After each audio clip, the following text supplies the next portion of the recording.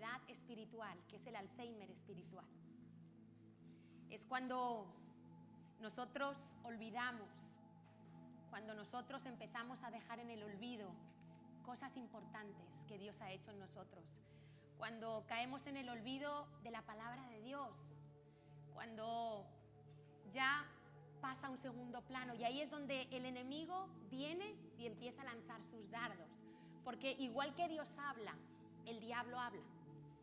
Y a veces nos encontramos con cristianos que no viven en gozo, que viven preocupados, que viven afanados. ¿Por qué? Porque han olvidado la verdad de Dios y están poniendo su fe y están meditando en las mentiras del diablo, y esto produce un fruto también.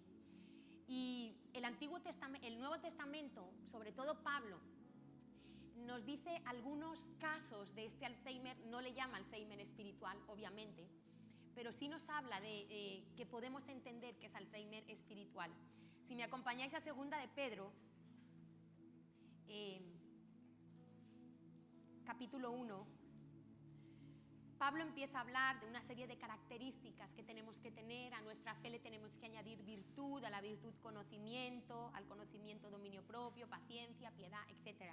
Y él dice en el versículo 9, 2 de Pedro 1:9, el que no tiene estas cosas tiene la vista muy corta, es ciego, ¿habiendo qué? Olvidado. Aquí comienza el germen del olvido, habiendo olvidado la purificación de sus antiguos pecados. Y en el versículo 12 Pablo dice, aunque yo sé que sabéis estas cosas, yo las tengo que recordar. Dice, no dejaré de recordaros siempre estas cosas. ¿Por qué? Porque os quiero confirmar en la verdad presente. Y a veces uno dice, y el pastor otra vez vuelve a hablar de esto, y otra vez vuelve a hablar de esto, porque no se trata de oidores, sino de hacedores de la palabra. Eso es lo que Dios está buscando. Vemos otro caso en el Nuevo Testamento, en Hebreos 5:11. Pablo habla de un tipo de cristianos que a veces se convierten en un problema en las iglesias. Dice, acerca de esto tenemos mucho que decir, Hebreos 5:11, dice, difícil de explicar por cuanto os habéis hecho tardos para oír, porque debiendo ser ya maestros, después de tanto tiempo, tenéis necesidad de que se os vuelva a enseñar cuáles son los primeros rudimentos de la palabra de Dios.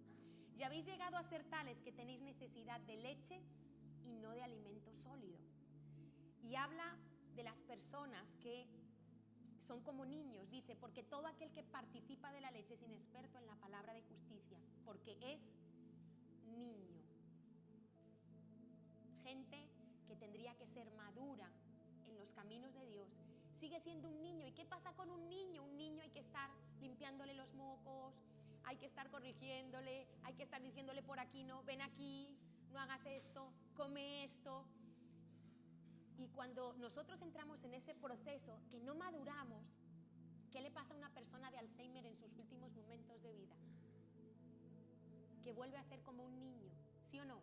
Hay que cambiarle el pañal, hay que darle la comida, no se vale por sí solo. Y aún nos encontramos personas así en la vida cristiana, que debiendo ser ya maduras, debiendo caminar solos con Dios, hay que estar todavía animándolos, levantándolos, recordándoles, diciéndoles. ¿Por qué? Porque quizá han olvidado. Y lo dice Pablo también en Hebreos 6, versículo 10. Dice, Dios no es injusto porque Dios no olvida para olvidar vuestra obra y el trabajo de amor que habéis mostrado, habiendo servido a sus santos y sirviéndoles aún. Pero deseamos que cada uno de vosotros muestre la misma solicitud hasta el fin, para plena certeza de la esperanza. Es decir, hay personas que empiezan la vida cristiana muy bien, con mucho énfasis, con mucha solicitud, con mucho empeño, pero dice Pablo, tenéis que mantenerlo hasta el final. Y para eso es importante que nosotros hoy nos examinemos si quizá yo he sido atacado por el virus del Alzheimer espiritual. Le llamamos en la radio la enfermedad del olvido. Y si hay un hombre, vamos a ver ahora, que supo encontrar el antídoto contra esto, fue el rey David. Pero antes vamos a ir a Deuteronomio 8, porque el Señor le hace al pueblo de Israel una advertencia que nos la hace también a nosotros.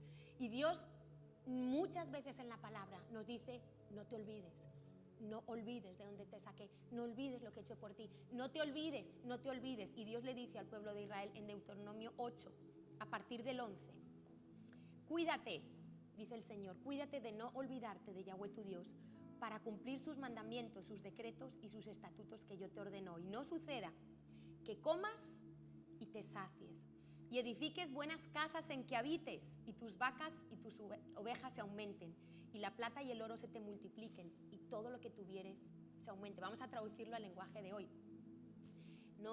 Dice, no te olvides, no sea que yo te bendiga, te dé mi gracia, te dé mi salvación, te sane, te libere, te dé un hogar, te dé una familia, te dé trabajo, te dé salud. Ese es el lenguaje de hoy, ¿verdad? Dice, y que pase, se enorgullezca tu corazón y te olvides de Yahweh tu Dios, que te sacó de tierra de Egipto. ¿Qué es Egipto? El sistema del mundo donde Dios no está, la esclavitud del pecado, eso es Egipto.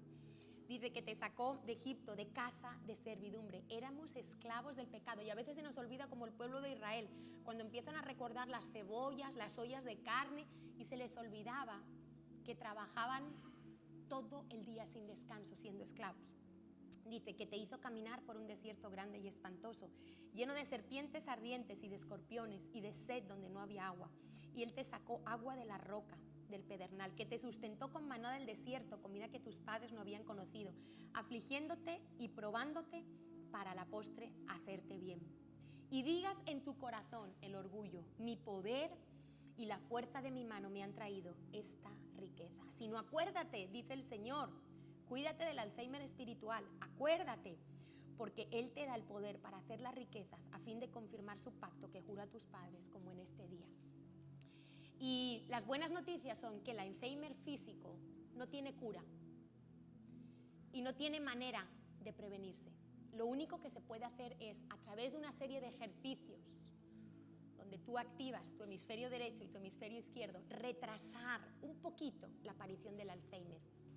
Pero las buenas noticias es que el Alzheimer espiritual sí se puede evitar. Sí hay un antídoto. Y yo veo que muchas veces el orgullo en los cristianos es lo que nos lleva a olvidar. Nos olvidamos de que todo lo que tenemos es por Dios y nos entra en el corazón un virus que es la ingratitud. Nos quejamos, no valoramos, no vivimos en gozo, no vivimos agradecidos. Y es terrible porque, habiendo recibido lo que hemos recibido, es terrible que tengamos que vivir así. Y si hay un hombre que supo batallar contra esto, fue el rey David. Si me acompañáis al Salmo 103, el rey David era un hombre inteligente a la hora de orar, era un hombre sincero con Dios y era un hombre que supo batallar contra el Alzheimer espiritual. Y en el Salmo 103, él le ordena a su propio corazón y a su propia alma y dice, bendice, alma mía, a Yahweh, y bendiga todo mi ser tu santo nombre. Bendice, alma mía, Yahweh, y no olvides ninguno de tus beneficios, de sus beneficios. Él es quien perdona todas tus iniquidades, el que sana todas tus dolencias, el que rescata del hoyo tu vida, el que te corona de favores y misericordias, el que sacia de bien tu boca, de modo que te rejuvenezcas como el águila. Y sigue diciendo lo que es Dios, lo que Dios hace. Y el rey David tuvo que aprender a ordenarle a su alma, porque él se dio cuenta que su alma, su corazón, a veces tendía a olvidar, a ser ingrato, a enorgullecerse, porque Dios le dio mucho al rey David. Lo puso sobre un reino que él no había. Dios le dio ya un reino hecho. Dios le dio personas que le servían, le dio riquezas, le dio un propósito. Y dice que él tenía continuamente que ordenarle a su alma que no se olvidara de Dios. Por eso venimos los domingos y alabamos a Dios, porque creo que la respuesta más natural de un cristiano, creo que es algo natural, tiene que ser la alabanza. Por eso debemos hacer un esfuerzo de llegar puntuales a la iglesia, porque venir a recibir no es una actitud correcta. Ay, que me den palabras. No, tú vienes a darle. El domingo es el día del Señor, es el primer día de la semana que lo consagramos a Dios, y es el día que tú vienes a darle tu gratitud junto con tus hermanos, tu alabanza. Tú vienes a deleitarte en Él, Por eso, la alabanza yo diría que es casi lo más importante, porque es lo que tú vienes a traerle al Señor, junto con tu diezmo, junto con tu ofrenda, pero primero es la alabanza de tu corazón. Y muchas veces estas cosas las sabemos, como dice Pablo, yo sé que las sabéis, pero las tengo que recordar, porque mi pregunta es, ¿la estás viviendo? ¿Tú estás viviendo el gozo? ¿Tú estás viviendo, experimentando la gratitud a un Dios que te ha dado mucho? O quizá en el caminar de los años se te ha olvidado y nos hemos empezado algunos a llenar de derechos, a exigir a Dios, a perder el gozo, a creer que Dios nos tiene que dar porque somos sus hijos o Dios tiene que hacer tal cosa. Y entonces es terrible porque igual que el Alzheimer físico produce en el cuerpo unas consecuencias, el Alzheimer espiritual produce consecuencias terribles en los cristianos. Y yo quisiera que hoy nosotros recordáramos, yo especialmente quiero recordarte algo para que tú no olvides, porque mira, si a ti te regalan una pulsera y un anillo de oro y diamantes, ¿vale? Imagínate, valorado en 3 millones de euros, pero tú crees que es plata y circonitas, tú no le vas a dar el valor que tiene ni lo vas a cuidar como lo tienes que cuidar. A mí me regalan una pulsera de oro y diamantes y yo la cuido, la pongo en la cajita, ¿sí o no? Cuando me la quito, pero si es de plata y de circonitas, a lo mejor llego a casa, la tiro por ahí, luego la pierdo porque yo pierdo un día sí y otro también. Entonces, si tú no sabes el valor de lo que tú has recibido, puede que no lo cuides, puede que se te olvide, puede que no le estés dando el valor a lo que Dios te ha dado que tiene que tener, porque no es lo mismo que te regalen una pulsera de circonitas y plata, los que entienden algo de joyería, que una pulsera de oro y diamantes. No tiene nada que ver. La gratitud para esa persona tiene que ser muy diferente. Si a mí me regalas tú un anillo de plata, yo estaré muy agradecida, porque en verdad un regalo es un regalo, pero si me regalas un anillo de oro y diamantes, ya agradecida no, lo siguiente, ¿vale? Entonces yo quiero recordarte hoy que tú has recibido algo mucho más valioso que una pulsera y un anillo de oro y de diamantes. Tú has recibido algo que no tiene precio, no hay precio humano, ni todo el oro del mundo podría comprarlo. Y yo quiero hoy recordarte esa gracia que tú has recibido, por si se te olvida, por si el Alzheimer espiritual está empezando a hacer de las suyas en tu corazón. Pero quiero hablar de dos aspectos, porque para que tú entiendas la gracia, para que tú entiendas el valor de lo que Dios nos ha dado, tienes que entender la otra parte, que es la justicia. No hay gracia sin justicia y no hay justicia sin gracia. Son las dos caras de una misma moneda. Y en la Biblia encontramos, pues hay gente que se inclina más a un Dios de amor y solo ve a Dios como un Dios que todo te concede, que es bueno, que es tierno, que es misericordioso. Y hay gente que tiende más a la justicia, un Dios que nos exige que seamos íntegros, que cumplamos su palabra. Yo te pregunto, ¿cómo ves tú a Dios? ¿Hacia qué lado te inclinas? ¿Ves tú a Dios como ese Dios que todo lo perdona, que va a perdonar a todos, que es todo ternura, amor, comprensión? ¿O ves más a Dios como ese juez justo que tiene que hacer cumplir su ley, que demanda y exige de nuestra parte obediencia? ¿Cómo lo ves? Pregúntate hoy, ¿cómo ves tú a Dios? ¿Cuál es la imagen que tienes de Dios? Porque te digo una cosa, tener una imagen equivocada de Dios, la Biblia lo llama idolatría. Y es pecado. Si tú crees que es que Dios va a perdonar a todos y no importa lo que hayan hecho, tienes una imagen equivocada de Dios. Porque ese no es el Dios de la Biblia, ¿vale? Entonces, por ejemplo, hay versículos donde nosotros vemos el énfasis en la justicia de Dios. Yo voy a leer de la Nueva Traducción Viviente algunos versículos así rapiditos para que nos hagamos una idea. Por ejemplo, Génesis 18, 25 dice: seguro que tú no harías semejante cosa, destruir al justo junto con el malvado, pues estarías tratando al justo y al malvado exactamente de la misma manera. Sin duda, tú no harías eso, le dice a Dios Moisés. ¿Acaso el juez de toda la tierra no haría lo que es correcto? Ahí vemos un Dios que es justo, un Dios que cumple la ley que Él ha puesto, que no la pasa por alto. Vemos, por ejemplo, en Deuteronomio 10:17, pues el Señor tu Dios es Dios de dioses y Señor de señores. Él es el gran Dios, poderoso e imponente, que no muestra parcialidad y no admite sobornos. Dios es un Dios justo, que no se deja sobornar por nadie. Vemos, por ejemplo, en Isaías 5, 16, pero el Señor de los ejércitos celestiales será exaltado por su justicia. La santidad de Dios se demostrará por su rectitud. Dios es un Dios recto. Lo que dice, lo cumple.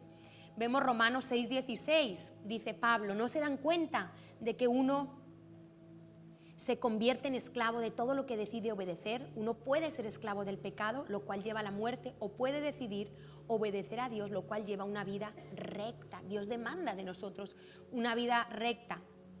Y me llama la atención un versículo que leía esta mañana, que está en Daniel 6, 14, con respecto a la justicia.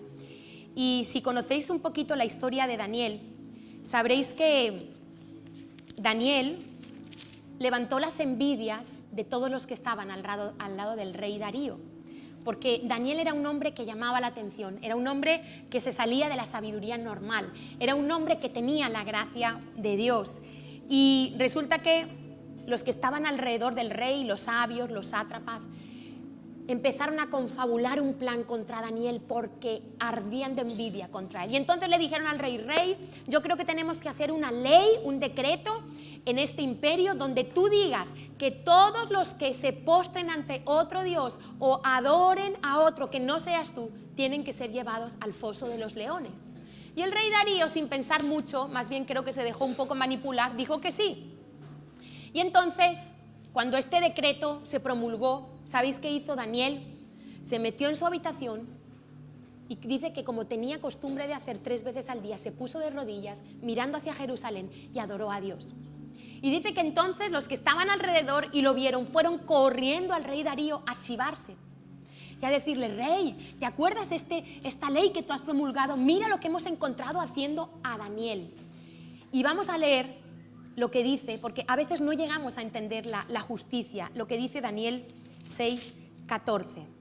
Dice, cuando el rey oyó el asunto, le pesó en gran manera y resolvió librar a Daniel. Y hasta la puerta del sol trabajó para librarle. La Nueva Traducción Viviente dice que el rey se entristeció y buscó la manera de salvar a Daniel, pero no la encontró. Porque un gobernante tiene que hacer cumplir su ley. Esa ley estaba con su sello. Él no podía, tú imagínate un gobernante que dice una cosa como lo vemos nosotros en España. Cuando son las elecciones te prometen el oro y el moro. Y luego cuando están gobernando, muchos de ellos no cumplen. ¿Qué pasa? Pierden credibilidad. Uno no puede promulgar una ley y luego acomodarla a su bienestar o a su intención. Entonces dice que el rey se entristeció y buscó dice, no pudo hallar manera de salvar a Daniel. ¿Sabes que el rey Darío estaba encantado con Daniel? Daniel le solucionaba muchos problemas en el reino. Daniel era súper sabio, pero él había promulgado esa ley y la justicia demanda que se cumpla la ley. Si nuestros gobernantes no cumplen la ley, ¿qué sentido tiene entonces que haya leyes de tráfico? ¿Tú te imaginas que la ley no implicara que hubiera una consecuencia? Estaríamos llenos de delincuentes. ¿Tú te imaginas que llevan ante el juez a una persona que ha robado una joyería? Dice, bueno, no lo vuelvas a hacer, vale, no lo volveré a hacer, adiós. Sin consecuencias, sin ir a la cárcel. Estaríamos llenos de delincuentes. Si nos pasáramos los semáforos, si nos pasáramos la velocidad 120 y nos parara el policía, mire, porque la ley no es una recomendación o una sugerencia, es una orden. Si la ley dice, la Dirección General de Tráfico dice, usted no puede pasar de 120, no le está diciendo, bueno, si le apetece y le parece bien, es recomendable que no vaya a 120. Entonces sí, nos pararía el policía y nos diría, mire, yo le recomiendo no pasar de 120, y nos iríamos como si nada. Pero la ley implica que hay consecuencias. Y esas consecuencias son buenas, porque si no, imagínate el mundo en el que viviríamos. Y las leyes que Dios nos ha dado en su palabra son leyes basadas en el amor. ¿Tú te imaginas que todos cumpliéramos los 10 mandamientos? ¡Wow! ¿Qué mundo tan diferente sería este? Porque los 10 mandamientos reflejan el carácter de Dios. Dios no miente, Dios no roba, Dios no engaña, Dios no codicia. Dios es un Dios recto. Y las leyes de Dios es porque nos ama, no es para fastidiarnos. Algunos creen que las leyes de Dios son para fastidiarnos. Menos mal que tenemos las leyes, si no, imagínate, ¿qué harían los matrimonios? Uy, mi marido se encantó de una al fin de semana y se fue a dormir con ella. Como no hay ley, nos casamos, pero bueno, es una sugerencia eso de que tengas un solo marido y una sola mujer. No, es una ley buena, es una ley para preservar la relación entre un hombre y una mujer. Entonces, vemos que encontramos que Dios es un Dios de justicia, pero también encontramos que Dios es un Dios de amor. Por la justicia cosechamos lo que sembramos, ¿sí o no? Pero por el amor de Dios, dice la Biblia que sale el sol sobre justos e injustos. Vemos a un Dios de amor en el Salmo, por ejemplo, 103, donde dice a partir del versículo 8, el Señor es compasivo y misericordioso, lento para enojarse y está lleno de amor inagotable. No nos reprenderá todo el tiempo, ni seguirá enojado para siempre. No nos castiga por todos nuestros pecados. No nos trata con la severidad que merecemos. Por su amor inagotable hacia los que le temen es tan inmenso como la altura de los cielos sobre la tierra. Llevó nuestros pecados tan lejos de nosotros como está al oriente del occidente. El Señor es como un padre con sus hijos, tierno y compasivo con los que le temen. Pues Él sabe lo débiles que somos, se acuerda de que somos tan solo polvo. Aquí vemos una parte del carácter de Dios que es el amor. Hemos leído versículos que nos llevan a pensar que Dios es un Dios justo, pero aquí estamos viendo una parte del carácter de Dios que vemos un Dios tierno, un Dios que dice que no nos paga conforme a lo que merecemos. Entonces, ¿cuál es el punto?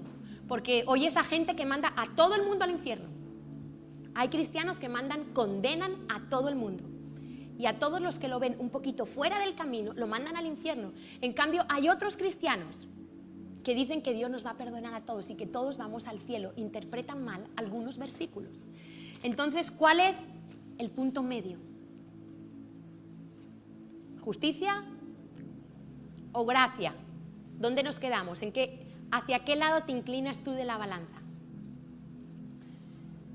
¿Cuál es el punto? ¿Cuál creéis que es el punto?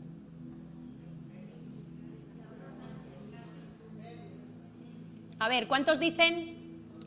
¿Cuál es el punto correcto? ¿Gracia? ¿Justicia? ¿Cuál es el punto?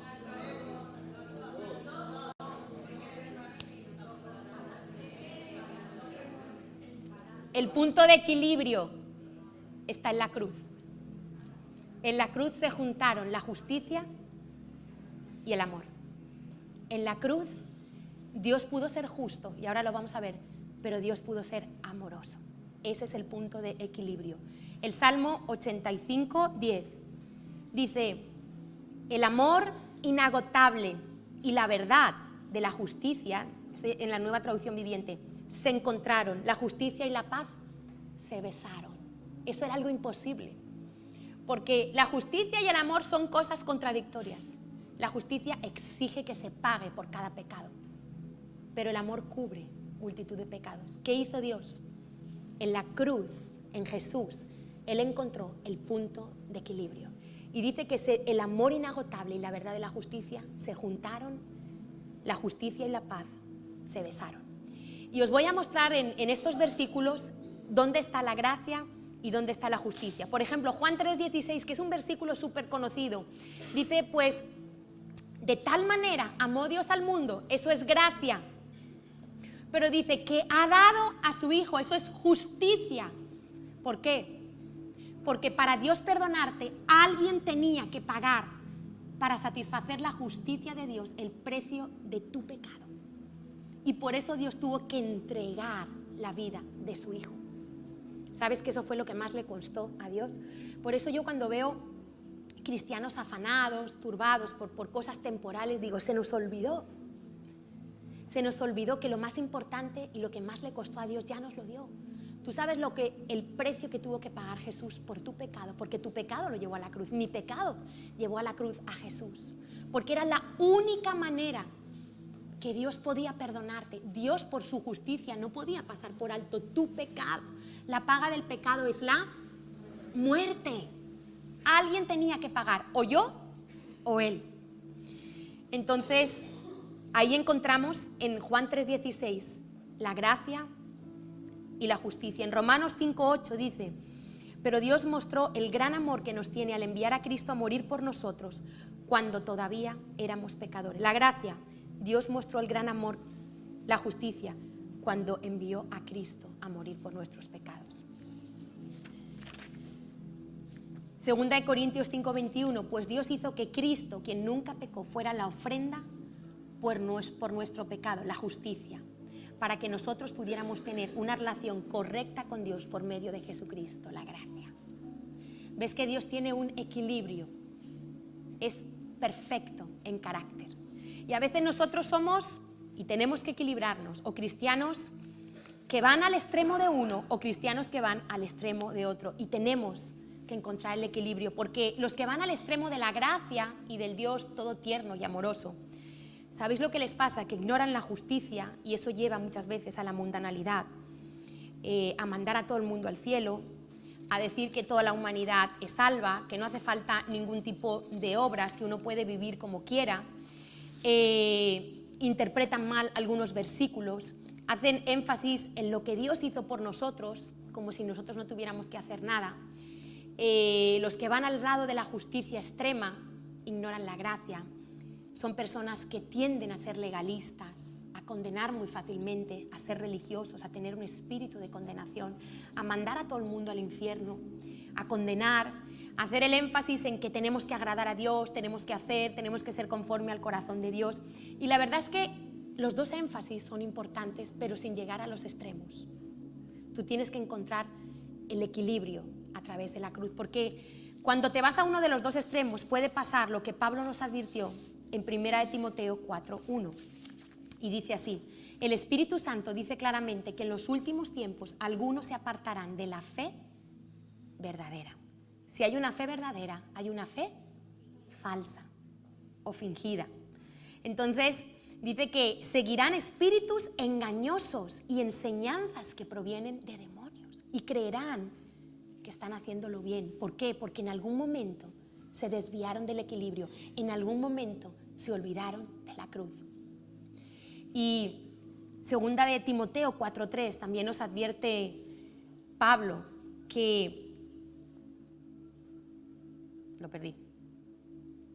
Si alguien lo puede buscar, segunda de Timoteo 4:3. Segunda de Timoteo 4:3.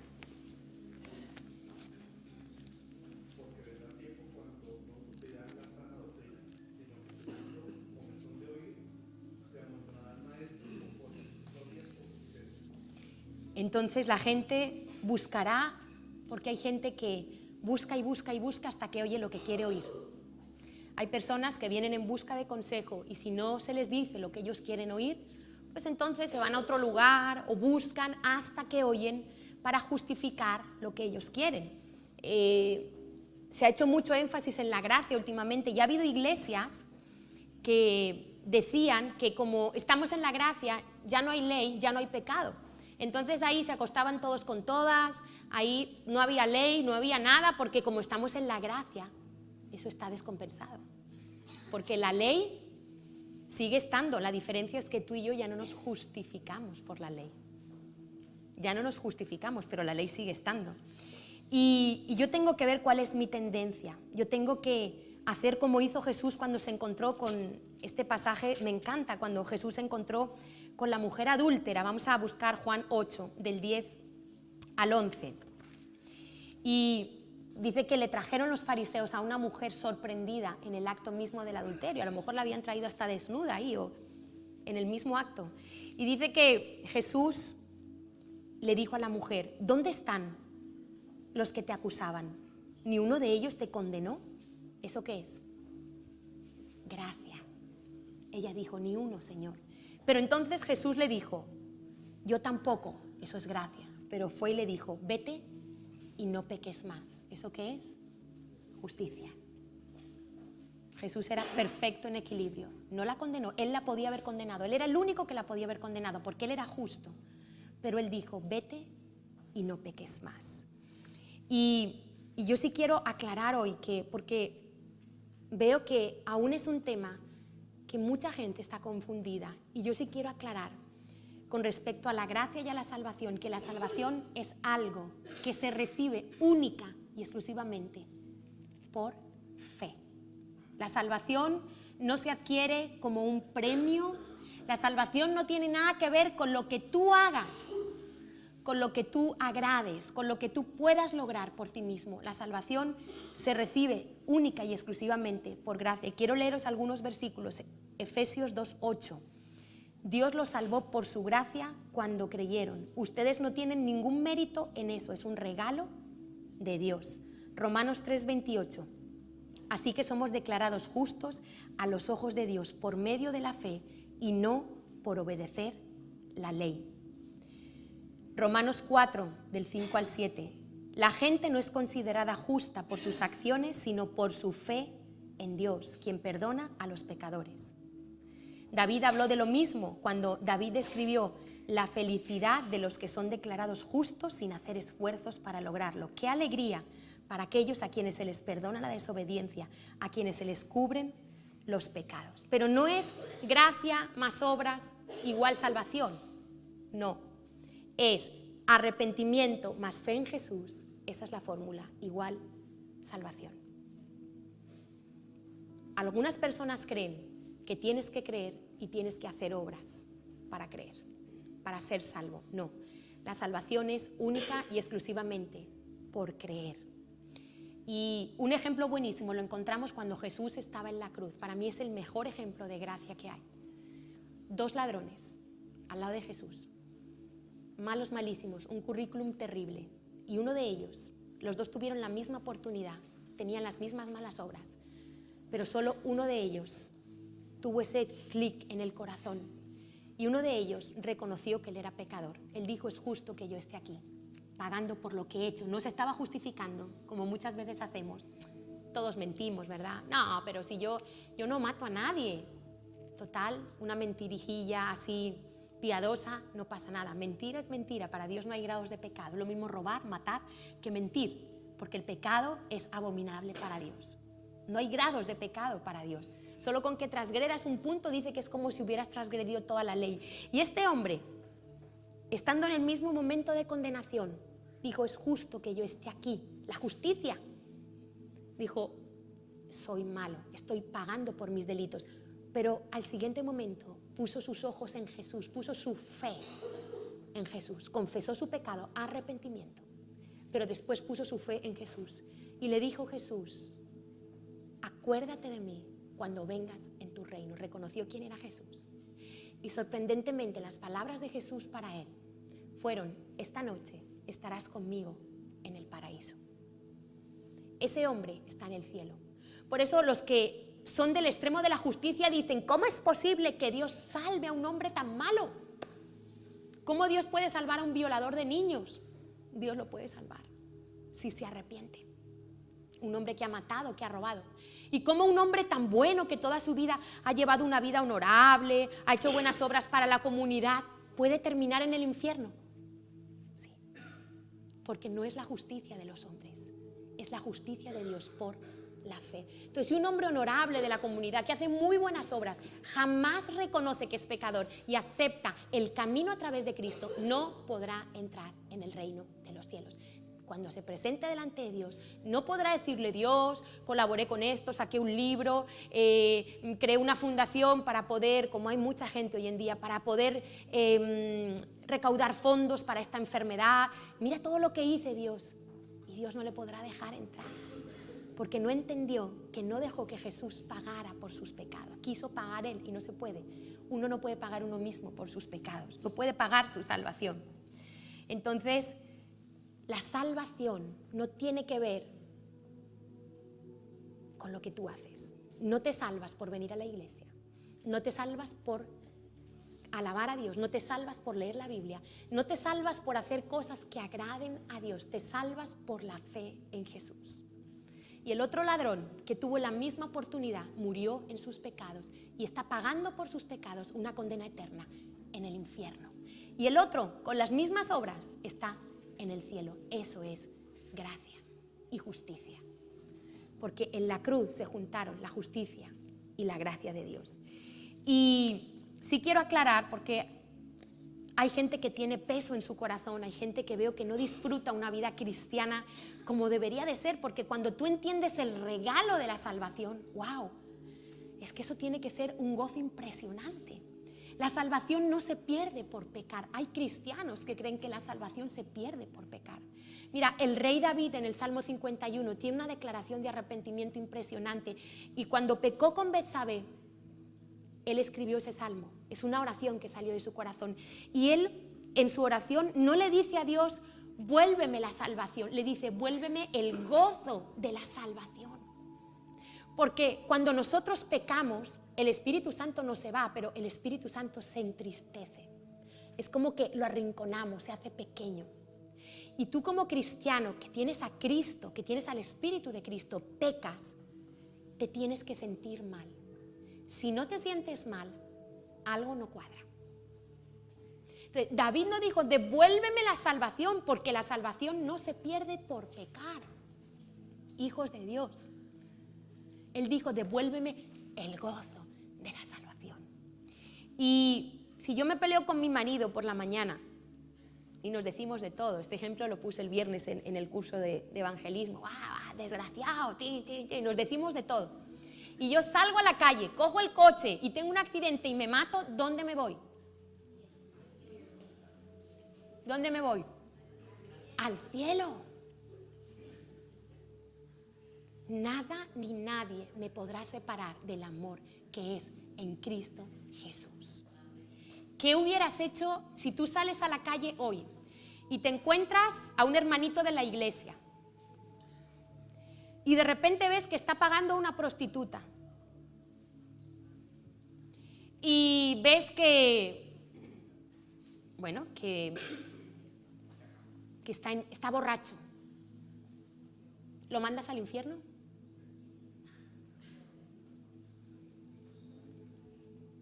La pregunta del millón. Podría ser que acabara en el infierno o podría ser que acabara en el cielo. ¿De qué depende? Si tú te hubieras encontrado con el hijo pródigo, por eso he puesto este ejemplo, cuando estaba gastándose el dinero de su padre, dice la Biblia, con mujeres, ¿qué hubieras hecho? ¿Lo hubieras condenado? Pero él volvió a la casa del Padre. A veces la gente me pregunta, esta persona, y digo, mira, yo no lo podría decir hasta el final de su vida. Si el hijo pródigo no hubiera vuelto a la casa del Padre, hubiera sido diferente. ¿Estamos entendiendo? El que es hijo por siempre. La duda es, ¿tenía la salvación o no la tenía? Hay que esperar. Hay cristianos que me cuentan que han estado separados de Dios por años, se pusieron mal, se enfriaron, estuvieron en una vida de pecado, pero dice que volvieron al Señor porque eran hijos. Pero hay gente que viene a iglesia, que aparentemente participa de una vida de iglesia y en un momento determinado se pierde y muere así. No creo que la salvación se pierda, creo que nunca la tuvo, porque creo que lo que Dios te da no te lo quita. Creo que si de verdad tú aceptas a Cristo en tu vida, podrás pasar etapas de malas rachas, podrás pasar, pero tarde o temprano tú tienes que volver. ¿Qué hubieras hecho con el rey David? Dios le dio un reino, le dio sabiduría, le dio mujeres, le dio todo, y va y se pone a fijarse en la mujer del pobrecito Ucías, que solo tenía una mujer. Y va, la manda a llamar, se acuesta con ella, la deja embarazada, mata al marido, miente. Yo lo hubiera quitado de rey. Este no me vale ya para rey. Pero ¿qué hizo Dios? Lo restauró, lo perdonó, lo disciplinó. David sí ha sido un hombre que ha tenido que recibir disciplina de Dios por todos los lados. Perdió al hijo. Otra vez murió gente porque él quiso hacer un censo que Dios no le había dicho que tenía que hacer. Recibió la disciplina, pero David volvió su corazón. No podemos decir quién es salvo o no por ver algo aparente en su vida, pero lo que yo sí sé es que el que tiene a Cristo de verdad, porque hay falsas conversiones, tarde o temprano tiene que llevar una vida que dé fruto de hijo de Dios. Un manzano puede pasar 2 años, 3 años de mala cosecha, pero un manzano no puede tirarse 15 años dando peras, entonces no es manzano. Un manzano tiene que terminar dando manzanas. Y quiero compensar la gracia con la justicia, porque no quiero que salgáis de aquí pensando que podéis pecar y os vais a ir al cielo. No quiero dar ideas de ese tipo. No quiero que nadie piense que como Pablo decía, que vuestra libertad en Cristo, Pablo decía a los Gálatas, cuidado, los veo muy emocionados, cuidado. Digo, no, a ver, vamos a compensarnos, voy a terminar con la justicia. Y os digo una cosa, como persona es muy difícil tener el equilibrio entre la gracia y la justicia. Es muy difícil. Muy difícil tener el sentir de Dios correcto para cada situación y para cada persona. Se requiere un corazón que pase tiempo con Dios. Y Pablo decía a los Gálatas, no uséis la libertad que tenéis en Cristo, porque es que, ¿sabes qué? Cristo me liberó de la maldición de la ley. Yo no me justifico por las obras de la ley, porque sin Cristo es así. ¿Tú te quieres salvar sin Cristo? ¿Sabes cómo es salvarse sin Cristo? Cumplir toda la ley. Dice, entonces, el que cumpla toda la ley se salva. ¿Quién puede hacer eso? Nadie. Por eso la ley es nuestro tutor, nuestro ayo, nuestro guía, para llevarnos a Cristo, para que tú digas, no puedo entrar en el cielo por mí mismo, ni por cumplir una religión, ni por ser un buen padre. Necesito encontrarme con el Cristo que murió y resucitó por mí, no con el Cristo clavado en una cruz, ahí de una imagen, ahí no está Cristo, ese es otro falso Cristo, ahí no está Cristo, Cristo está vivo. Entonces, no usemos la libertad que tenemos, dice Pablo, como ocasión para pecar. No voy a dar licencia para pecar a nadie. Porque vamos a ver lo que dice Gálatas 5:21. Y Gálatas 5:21 lo que nos lleva a hacer entender Pablo es que si tú practicas el pecado, es decir, si tu estilo de vida sin ningún tipo de remordimiento, conciencia de pecado, arrepentimiento, en algún momento cambio, dice Pablo que entonces tú no puedes entrar en el reino de los cielos.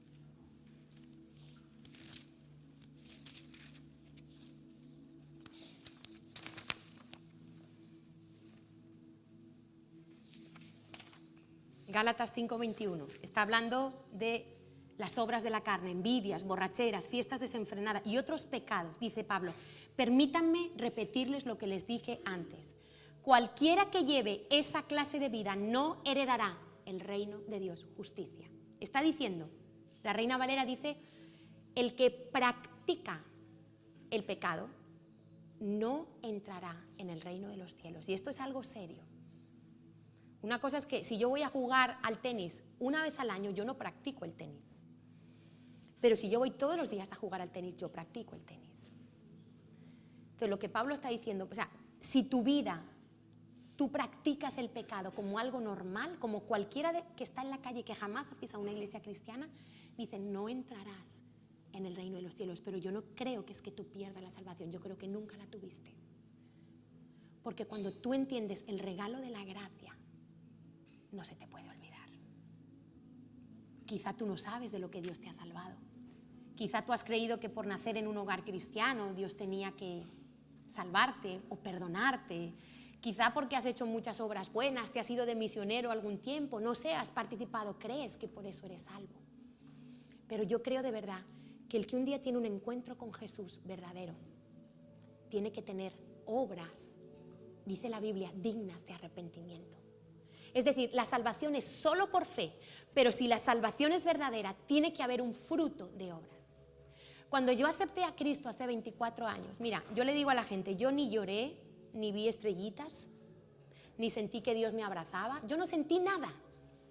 No, nada, yo no sentí ni lloré, ni esas cosas que a veces la gente cuenta, a mí me da esta envidia, digo, uy, qué maravilla lo que sintió y se le recorría un escalofrío. Yo no sentí nada, ¿vale?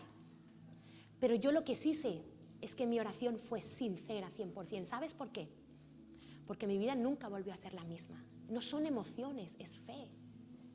Porque conforme Dios me fue confrontando con su verdad y con mi pecado, yo fui tomando la decisión de dejar el pecado. Por eso sé que mi fe fue verdadera, porque le pude presentar a Dios frutos dignos de arrepentimiento. Pero si una persona viene a la iglesia, se emociona, llora, patalea, me encantó la predicación, no me encantó, lo que sea, y sale de aquí y pasa 1 año, 2 años, 3 años, y no deja de robar, no deja de fornicar, no deja de adulterar, no deja de mentir, no deja de maltratar a su mujer, de mentir a su mujer, no tiene a Cristo. No, es imposible que el Hijo de Dios viva en ti y tú practiques el pecado por deporte. Entonces yo quiero que tú te sitúes hoy. No pierdes la salvación porque no se pierda, ni dejas de entrar en el cielo por pecar, pero ¿cómo está tu vida? ¿Se te ha olvidado? ¿Has caído en el olvido con la gracia de Dios? Y a mí me asusta poder caer en el olvido, me asusta pensar que me puedo olvidar de lo que Dios me ha dado y de lo que Dios ha hecho en mi vida, porque necesito, como el rey David, recordármelo. Y el antídoto es que tú y yo hoy oremos y hagamos como el rey David. Primero, que tú te asegures que estás en Cristo. ¿Cómo? Tú hoy puedes poner tu fe y tu confianza en Jesús y arrepentirte de tus pecados y confesarle a Dios. No tienes ningún impedimento para hacerlo. Ahora, si esta oración, porque nadie se salva por hacer una oración, créeme, nadie. Yo he visto gente hacer la oración de recibir a Cristo y sigue igual. No recibió a Cristo. La palabra, el confesar, viene después de creer en el corazón. Y eso es verdadero cuando en ti hay una nueva vida. Yo literalmente ese día no sentí nada, pero yo empecé a experimentar una nueva vida dentro de mí. Empecé a darme cuenta de necesidades de las personas que estaban a mi lado que nunca me había dado cuenta. Empecé a ver mi pecado de odio hacia mi padre. Empecé a ver que tenía un hambre de la palabra de Dios y que cada día yo sacaba mi tiempo. A mí me enseñaron el devocional y yo hacía el devocional. Me enseñaron a diezmar y yo diezmé. Lo veía tan sencillo. Es que obedecer es tan fácil. Es tan fácil obedecer. Es más difícil mandar mucho más. Y entonces esa conversión fue verdadera. Porque hay falsas conversiones. Y Mateo 7:21, dije que iba a terminar con justicia. No todo el que me dice, Señor, Señor, no todo el que confiesa a Jesús, Señor, Señor, el que es de iglesia, el que está con el Señor en la boca, ay sí, y el Señor, y papito, y Diosito, y todo lo que tú quieras. No todo el que me dice, a veces nos confundimos con el lenguaje espiritual de la gente. Ay, esta persona sabe tanto, el Señor es tan espiritual, mira, tiene un lenguaje tan dulce.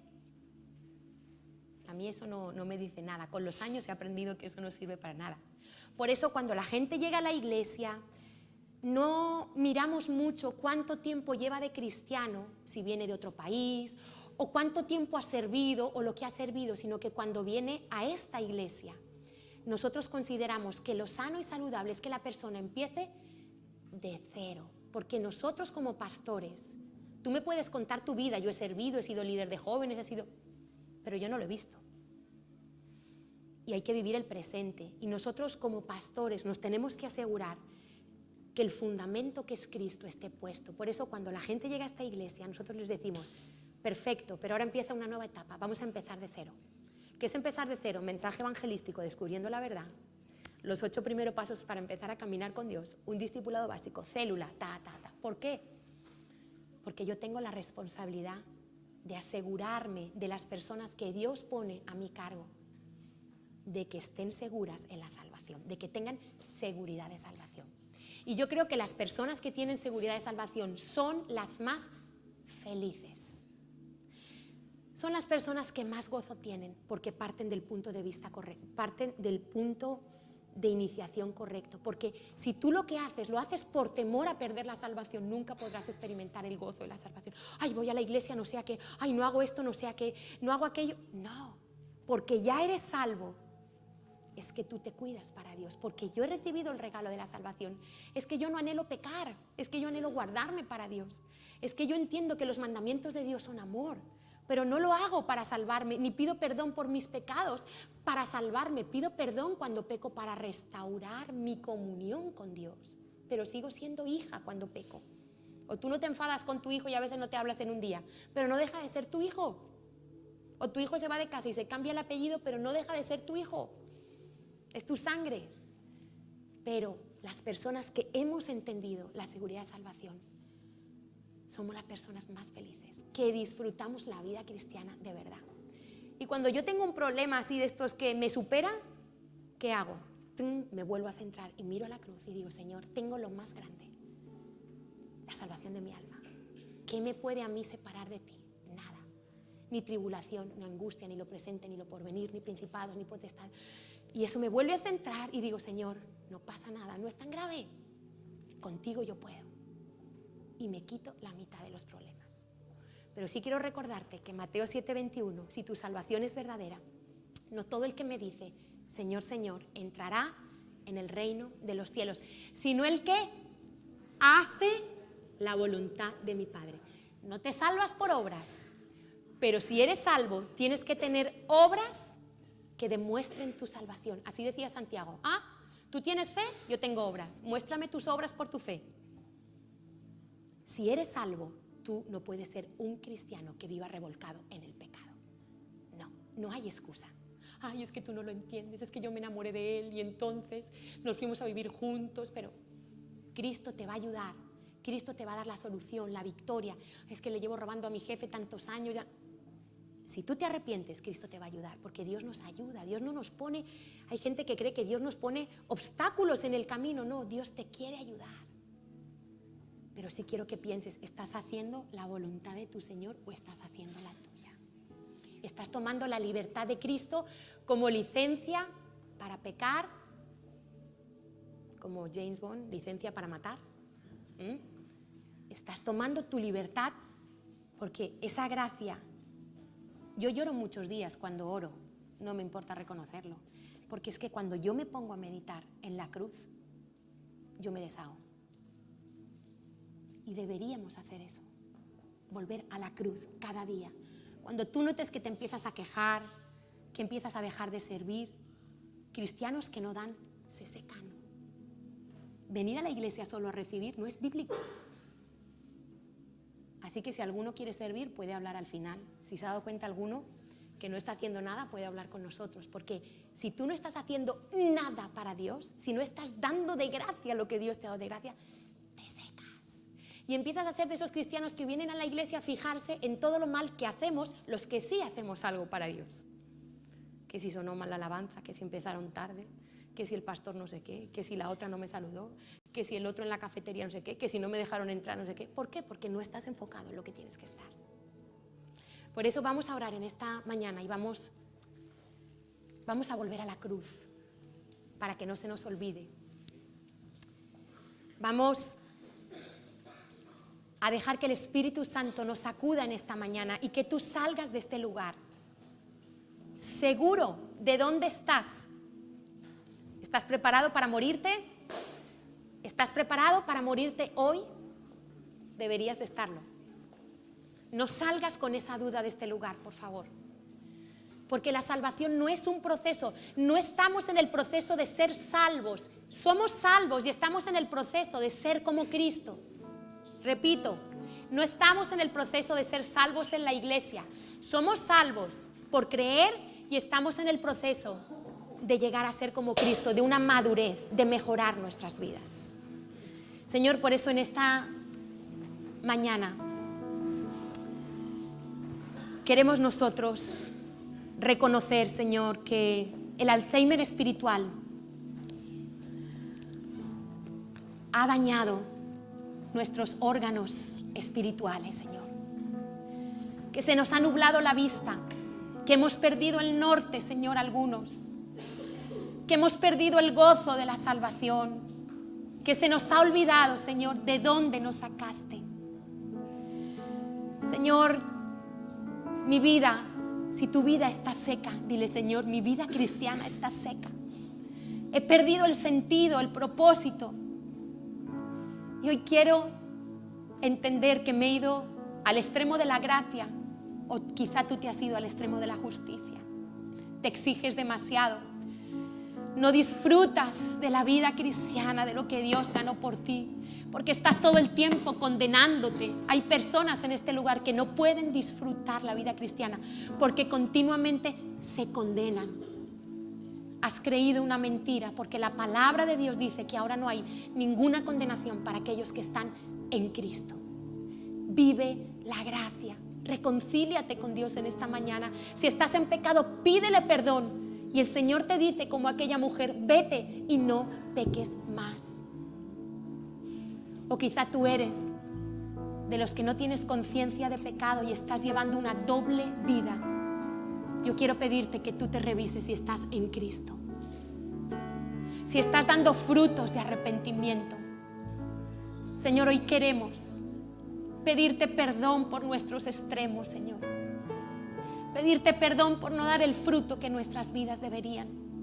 Pedirte perdón, Señor, por habernos olvidado de tu gran amor en la cruz, Señor. Por habernos creído merecedores, con derechos.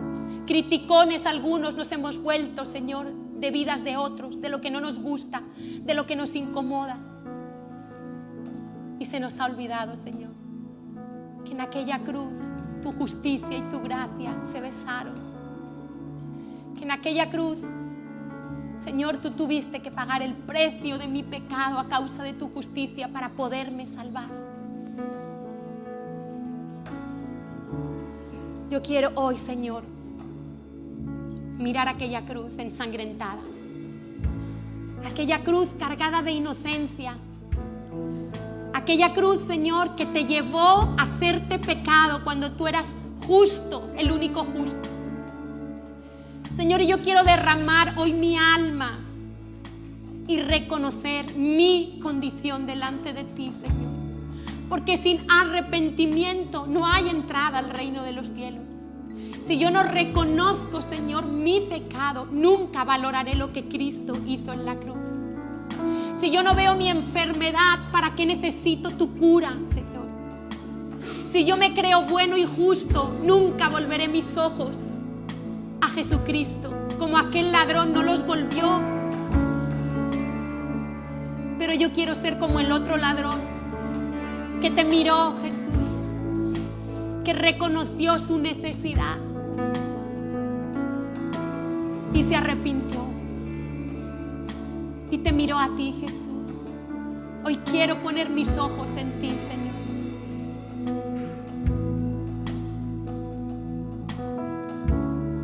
No me dejes olvidarme de tu cruz.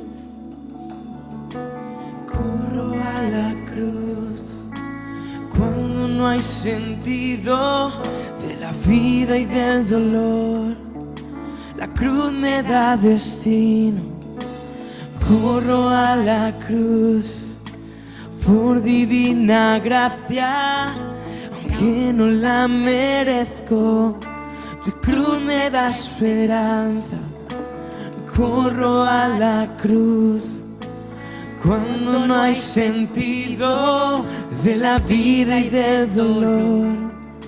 Tu cruz me da destino. Corro a la cruz por divina gracia, aunque no la merezco. Tu cruz me da esperanza. Que no se me olvide, Señor, que en aquella cruz tú pagaste por mi pecado, Señor. No me dejes olvidarme, Señor. No dejes que el Alzheimer espiritual me endurezca. No dejes que se me olvide que me arrancaste, Señor, de una roca de pecado.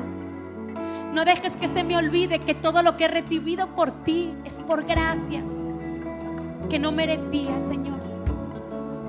Que tú lo hiciste porque eres amor, porque me amaste primero, Señor. No me dejes olvidarme, Señor. Por eso hoy quiero, como el rey David, hacer este ejercicio espiritual para impedir ese Alzheimer espiritual, Señor. Y hoy le digo a mi alma: bendice, alma mía, al Señor. Y no olvides ninguno de sus beneficios, porque Él es el que sana, el que perdona, el que limpia, el que te levanta, el que te sustenta, el que te provee. Ordénale a tu alma que hoy le dé gracias a Jesús, porque si estás vivo, si estás viva en este día, es por su gracia, es porque Él no te ha pagado conforme a lo que merecías, es porque Él ha sido misericordioso y la misericordia ha detenido el castigo que tú merecías. Nunca sabré ver mi pecado en la cruz. Nunca sabré cuánto costó ver mi pecado en la cruz. Nunca sabré cuánto costó ver mi pecado en la cruz. Nunca sabré cuánto costó ver mi pecado en la cruz. Llévanos a entender hoy, Señor, cuánto te costó que Jesús muriera en aquella cruz. ¿Cuánto te costó, Jesús? Dolor, angustia, desesperación, soledad, lágrimas de sangre, sudor de sangre.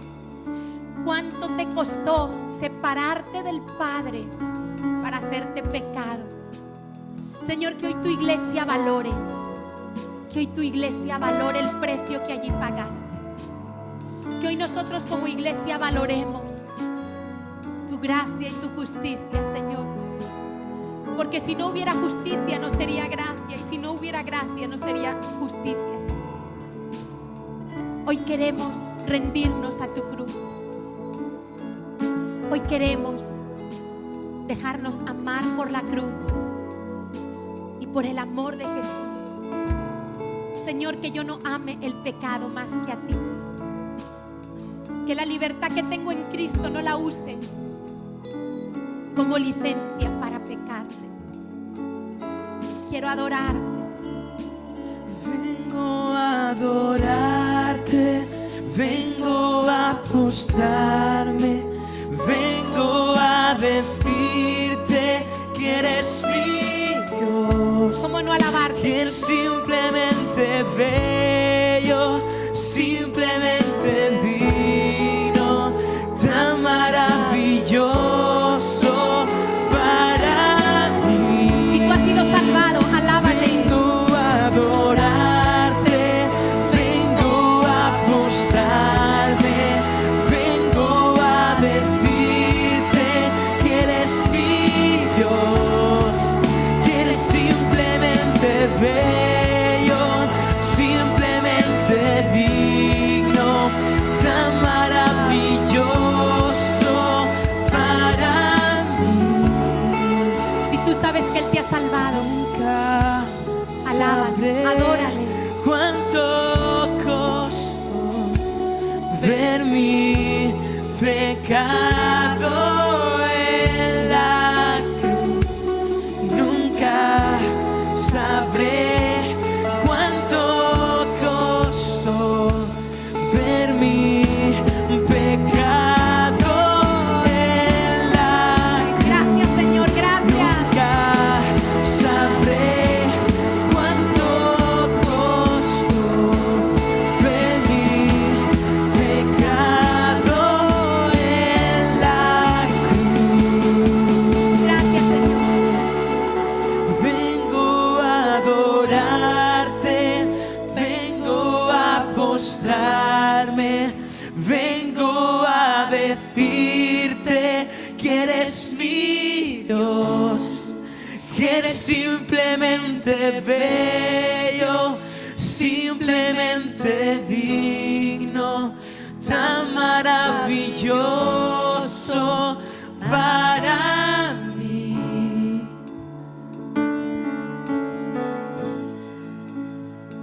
Señor, estamos tan agradecidos.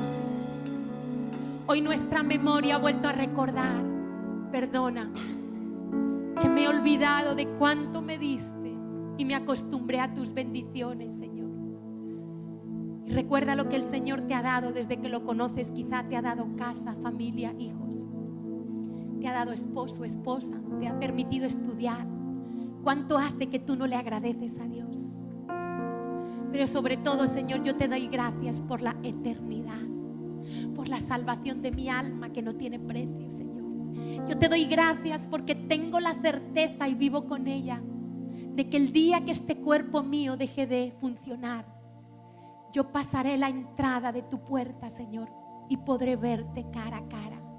Señor, gracias por amarme tanto que me diseñaste para estar contigo por la eternidad. Y hoy te pido, como el rey David, vuélveme el gozo de la salvación. Señor, queremos terminar esta mañana con gozo y con alegría, disfrutando, Señor, de la salvación tan grande que tú nos has dado, Señor. Vuélvenos el gozo de tu salvación. Despierta a los que están dormidos, Señor.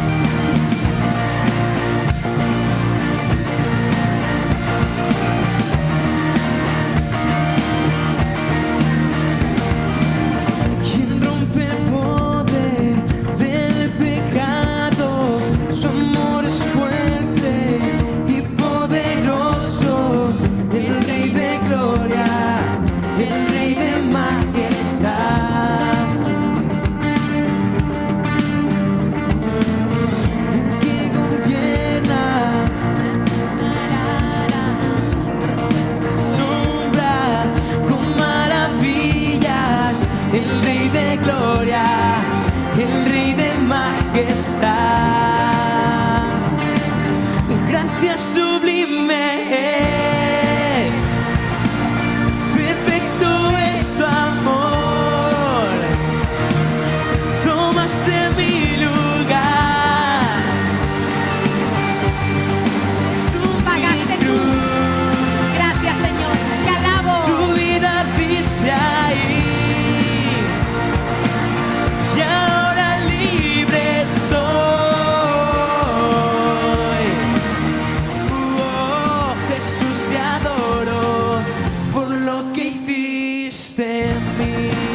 Alábale. Hoy es día de gozo, de alegría, de júbilo, de salvación. Pusiste en orden todo el caos, nos adoptaste como tus hijos, el Rey de gloria y el Rey de majestad, el que gobierna con su justicia y resplandece con su belleza, el Rey de gloria, el Rey de majestad. Sublime gracia. Gracias sublimes, perfecto es tu amor, de mi lugar, cargaste tú mi cruz, tu vida diste ahí y ahora libre soy. Jesús, te adoro. Oh, Jesús, te adoro por lo que hiciste en mí. Señor, muchas gracias por lo que Digno es hiciste. el Cordero de Dios, Digno eres. digno es el Rey que a la muerte venció, digno es el Cordero de Dios, digno es el Rey que a la muerte venció, digno es el Cordero de Dios, digno es el Rey que a la muerte venció, digno es el Cordero de Dios, digno, digno. Oh, gracias sublime es, perfecto es tu amor,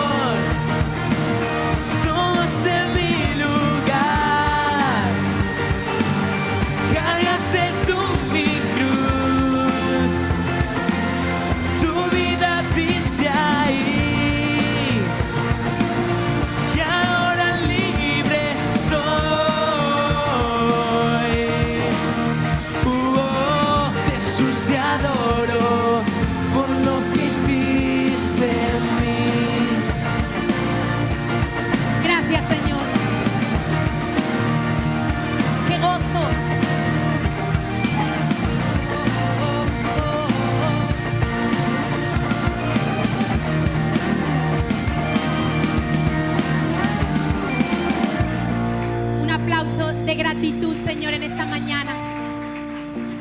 Por lo que tú eres, Señor. Gracias por tu presencia y por tu palabra viva en esta mañana, Señor, en el nombre de Jesús. Hemos orado. Hay un anuncio, ¿no? Y saludamos a las personas que hoy nos visitan por primera vez. Nos gustaría que no se fueran todavía porque queremos tener un detalle con ellos, y también saludamos a todos los que nos escuchan por internet, y Juliana nos va a dar un anuncio. Hola a todos, solo quería recordaros que estamos participando con el proyecto de la cajita que vamos a regalar para los niños. Por favor, aquellos que os habéis comprometido, poneros en contacto con Marcela, porque el tiempo pasa muy rápido y como vamos a entregar la mayoría del dinero, necesitamos recogerlo para poder nosotros comprar las cosas, llenar las cajitas. Y si alguien está interesado en participar, os recuerdo que cada cajita tiene un costo de 30 euros, o la podéis llenar vosotros con lo que está en el tablero de afuera. Afuera hay un tablero que tiene la lista de las cosas que se pueden regalar. Por favor, avisadle a Marcela para que sepamos con cuántas cajitas contamos. Y también recordaros que la fiesta de los niños será el día 17 de diciembre. Los niños podrán venir disfrazados de lo que quieren ser cuando sean mayores, ya sea doctores, astronautas, qué sé yo, ¿vale? Y ya seguiremos dando más información. La entrada es gratuita. Muchas gracias a todos.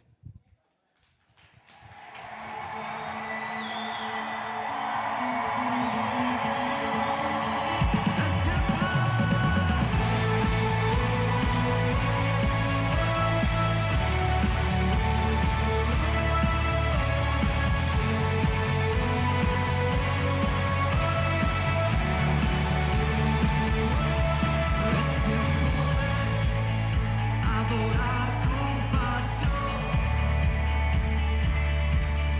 es tiempo de tu justicia fluir.